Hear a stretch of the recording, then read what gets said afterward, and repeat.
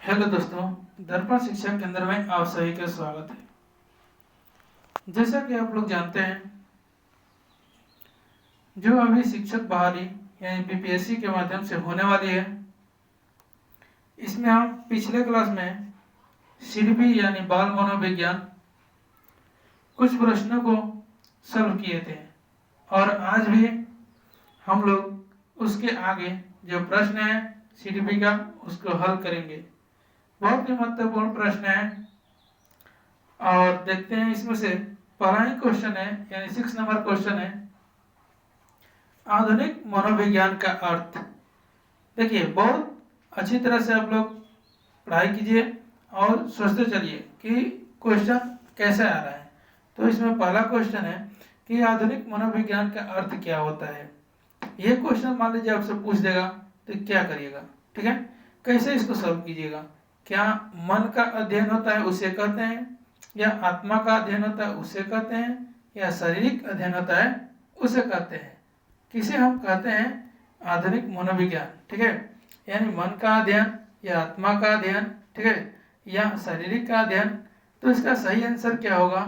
इसका जो सही आंसर होगा हमारा, इसे हम कहते हैं व्यवहारिक का अध्ययन। व्यवहार का अध्ययन ही कहलाता है आधुनिक मनोविज्ञान का अर्थ, ठीक है। दूसरा क्वेश्चन है, कह रहा है कि शिक्षा मनोविज्ञान की उत्पत्ति का वर्ष कौन सा माना गया है, यानी शिक्षा मनोविज्ञान उत्पत्ति का वर्ष कौन सा माना गया है, यानी कि 1947, 1920, 1940, 1900, ठीक है। तो ये हमारा है 1900, ठीक है, ऑप्शन नंबर डी। अगला जो प्रश्न है, कह रहा है कि उपनयन संस्कार किस शिक्षा काल में किया जाता है, ठीक है। तो ये क्या वैदिक काल या बौद्ध का काल या मंगल काल या इनमें से कोई नहीं, ठीक है। तो ये जो किया जाता है ये वैदिक काल कहलाता है, ऑप्शन नंबर ए होगा। आगे जो प्रश्न है इसे हम देखेंगे। अगला प्रश्न जो कह रहा है कि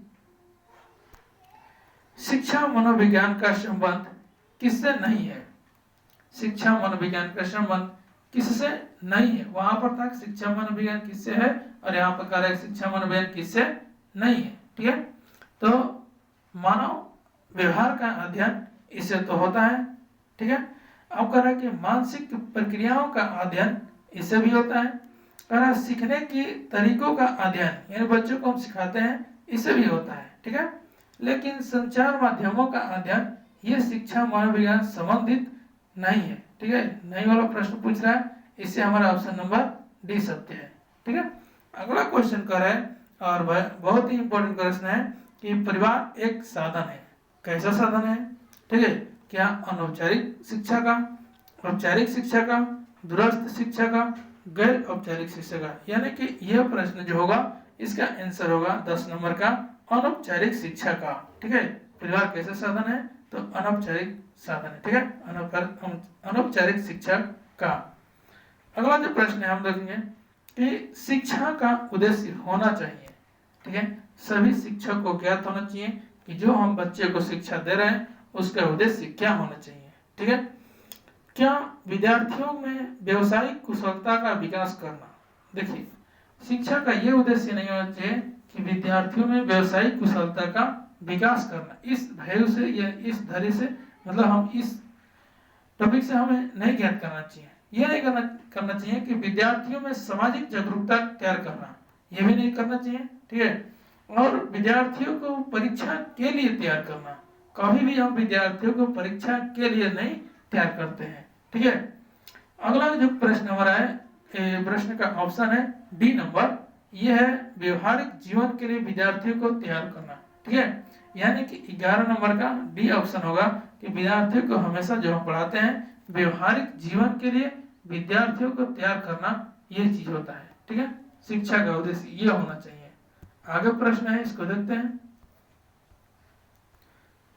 अगला जो प्रश्न है हम लोग का है कि मानव विकास किन दोनों योगदान पर परिणाम है, यानी कह रहा है कि मानव का जो विकास है किन दोनों योगदान का परिमाण है, ठीक है।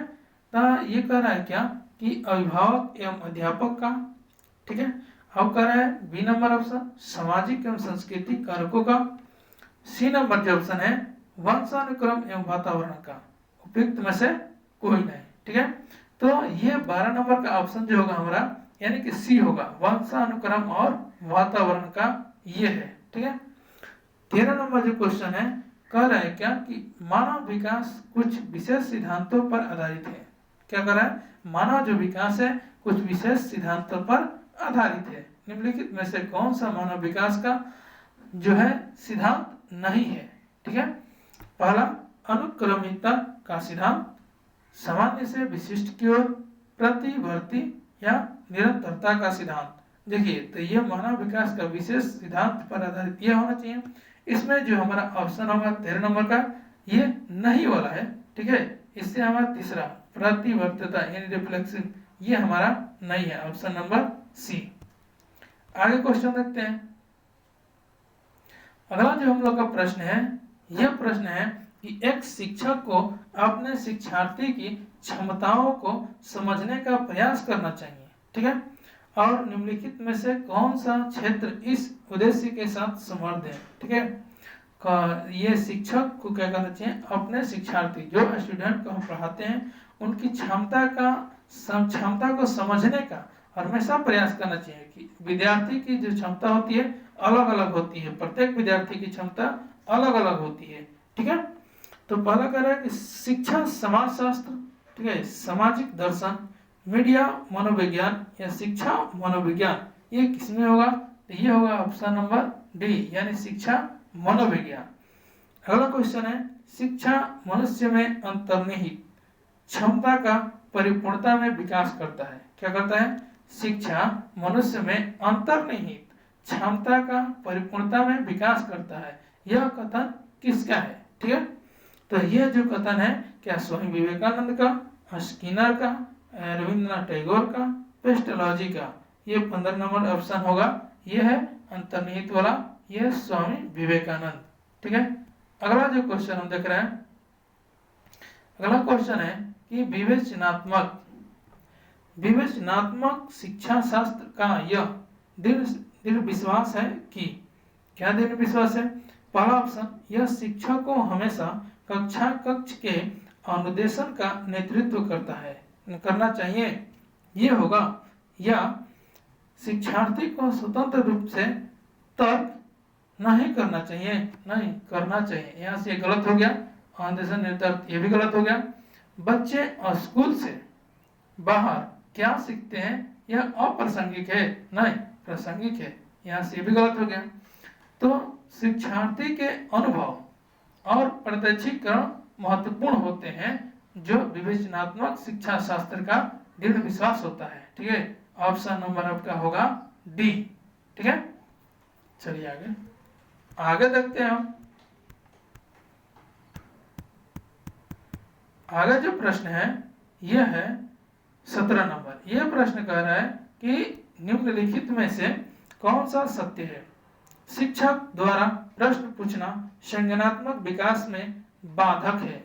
ये तो कभी नहीं होगा, कभी भी जो प्रश्न पूछने वाला बात है ये कभी शिक्षक हो या छात्र हो कभी बाधा नहीं पहुंचा सकता है। ठीक है, अब कह रहा है कि विकास और सीखना दोनों सामाजिक सांस्कृतिक संदर्भ से अप्रभावित रहते हैं।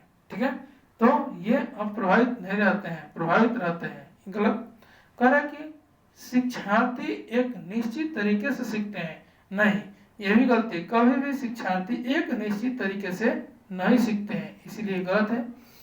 अगला जो हमारा प्रश्न का दिया हुआ है ऑप्शन, खेलना संज्ञान और सामाजिक दक्षता के लिए सार्थक है, यानी ऑप्शन नंबर डी होगा। क्या होगा, ऑप्शन नंबर डी होगा। ठीक है, अगला क्वेश्चन है मानव विकास है, मानव विकास क्या है, क्या मात्रात्मक है, गुणात्मक है, कुछ सीमा तक अमानवीय है। तो इसमें से जो ऑप्शन होगा हमारा ए और बी दोनों है, मानव विकास गुणात्मक और मात्रात्मक दोनों है।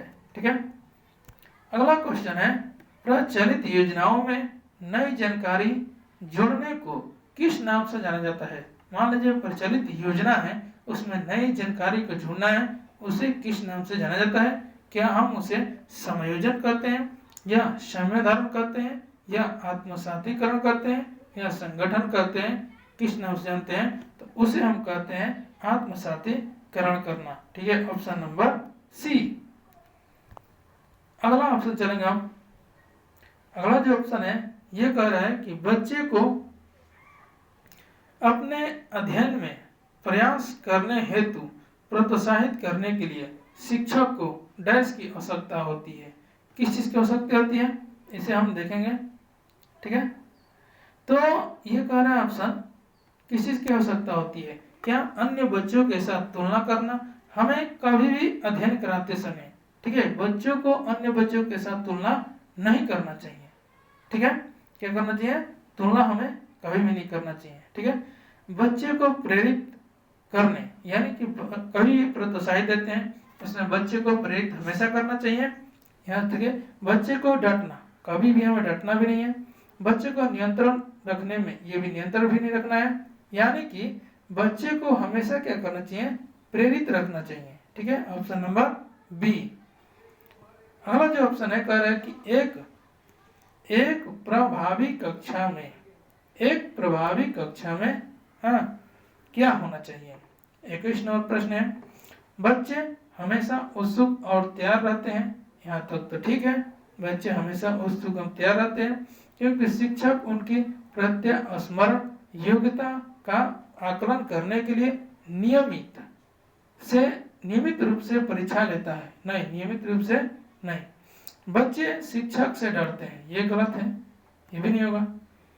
अगला है कि बच्चे शिक्षक का सम्मान नहीं करते हैं। ऐसी तो बात हो नहीं सकता है, बच्चे शिक्षक का सम्मान करते हैं। कह रहा है कि बच्चे अपने अधिगम को सुगम बनाने के लिए मार्गदर्शन और सहयोग हेतु शिक्षक से सहायता लेते हैं। यानी ऑप्शन नंबर क्या होगा? डी होगा। बच्चे अपने अधिगम को सुगम बनाने के लिए मार्गदर्शन एवं सहयोग हेतु शिक्षक से क्या करते हैं? सहायता लेते हैं। ऑप्शन नंबर डी 21 का। 22 नंबर जो प्रश्न है उसे देखते हैं। ये कह रहा है कि ज्ञान के एक बड़े असंबद्ध भाग को प्रस्तुत करना। क्या शिक्षिका के कार्य को कठिन, शिक्षार्थियों के कार्य को आसान बनाएगा? ये नहीं होता है, कभी हम कठिन और आसान नहीं बनाते हैं। ठीक है, शिक्षार्थी के लिए अवधारणात्मक, ठीक है, समक्ष जो होता है उसको प्राप्त करने में कठिन बनाएगा नहीं। असंबद्ध जो होता है कठिन नहीं बनाते हैं। कारण शिक्षार्थी के लिए प्रत्यास्मरण को आसान बनाएगा, यानी याद करने के लिए। यानी असंबद्ध कर रहा है कि ज्ञान के एक बड़े असंबद्ध भाग को प्रस्तुत करना है। अगला है कि अपने तरीके से जानकारी को व्यवस्थित करने में शिक्षार्थी की सत्यता करेगा। तो ये तो सत्यता करता है। ठीक है, इसमें 22 का हमारा ऑप्शन जो होगा ये होगा बी नंबर ऑप्शन। ठीक है, क्या कह रहा है कि शिक्षार्थियों के लिए अवधारणा यानी कंसेप्ट सक्षम को प्राप्त करने को कठिन बनाएगा। ठीक है, अगला ऑप्शन जो कह रहा है क्या कि मनोविज्ञान ने सर्वप्रथम अपनी आत्मा पर परित्याग किया। क्या किया?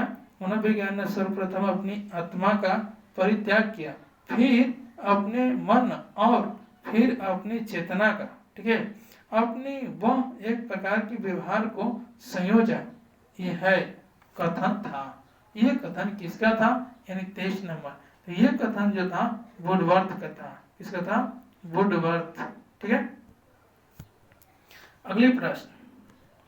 अगला जो प्रश्न है कह रहा है क्या कि वह विज्ञान जो संख्यात्मक, ठीक है, प्रदत्त को एकत्र करने, विभाजन करने, प्रस्तुत करने, तुलना करने और व्याख्या करने की विधि से संबंधित कहलाता है। क्या कहलाता है? 24 नंबर जो प्रश्न होगा उसे हम सांख्यिकी कहते हैं। क्या कहते हैं? सांख्यिकी कहते हैं। ए नंबर ऑप्शन। अगला कारक निम्न में से कौन सी शिक्षा मनोविज्ञान की सर्वाधिक वस्तुनिष्ठ विधि है? कौन सी है सर्वाधिक वस्तुनिष्ठ विधि? तो अंतर्दर्शी या बहिर्दर्शी, अवलोकन या प्रयोगीकरण। ठीक है, तो 25 नंबर का जो हमारा होगा अंतर्दर्शी। अर्थदर्शी, अर्थदर्शन। ठीक है, अगला आ रहा है 26 नंबर जो प्रश्न है, ये जो कह रहा है कि शिक्षा मनोविज्ञान की विषय वस्तु निम्न में से किन मुख्य कारकों के ओतप्रोत घूमती है, यानी कि इर्द गिर्द किनके घूमती है? शिक्षार्थी एवं अधिगम के अनुभव, नहीं गलत है, शिक्षार्थी एवं अधिगम के अनुभव, ये सत्य है, उनके अनुभव के साथ घूमती है शिक्षार्थी के। अगला कार्य है ऑप्शन कि शिक्षक एवं अधिगम की प्रक्रिया, ये भी सत्य है। अधिगम परिस्थितियां, ये भी सत्य है, यानी ऑप्शन नंबर डी सभी विकल्प सत्य है। आगे क्वेश्चन देखते हैं कि शिक्षा मनोविज्ञान अधिक बल देता है किस पर? शिक्षक केंद्रित पर, या छात्र केंद्रित शिक्षा पर, या पाठ्यचर्या केंद्रित शिक्षा पर, या विद्यालय केंद्रित शिक्षा पर? तो ये जो होगा 27 नंबर के आंसर, ये जो बल देता है ये देता है छात्र केंद्रित शिक्षा पर, ऑप्शन नंबर बी। आगे क्वेश्चन देखेंगे, कह कि मनोविज्ञान शाला उत्तर प्रदेश कहाँ स्थित है? मनोविज्ञान शाला उत्तर प्रदेश कहाँ स्थित है? तो ये स्थित है इलाहाबाद, ऑप्शन नंबर बी। कह कि संरचनावादी उपागम बताता है कि डैश ज्ञान की संरचना के लिए अत्यंत आवश्यक है। क्या चीज आवश्यक है? तो विद्यार्थी का पूर्व ज्ञान। जब हम विद्यार्थी के पूर्व ज्ञान के बारे में जानेंगे तब हम इसके संरचनावादी उपागम अच्छी तरह से करेंगे। कह कि निम्न में से कौन शिक्षा शास्त्रीय पद्धति एक संरचनावादी कक्षा के लिए उपयुक्त नहीं है? ठीक है, क्या बहुआयामी परिप्रेक्ष्यों को प्रोत्साहन, या सामूहिक सहयोगिता, या वेदन और दोहराना, ठीक है, या प्रयोगात्मकता? ठीक है, तो ऑप्शन नंबर क्या होगा? ऑप्शन नंबर सी वेदन और दोहराना। ठीक है, तो ये वीडियो कैसा लगा आप लोग कमेंट में लिखकर बताएंगे। ठीक है, थैंक्स और धन्यवाद। एक चीज आप लोग करेंगे कि जेकर ये वीडियो अच्छा लगा, ये समझ में आया होगा, तो इसे शेयर और सब्सक्राइब करना ना भूलेंगे। ठीक है, लाइक शेयर करते रहे अपने दोस्तों के साथ। अगली वीडियो अगले क्लास में।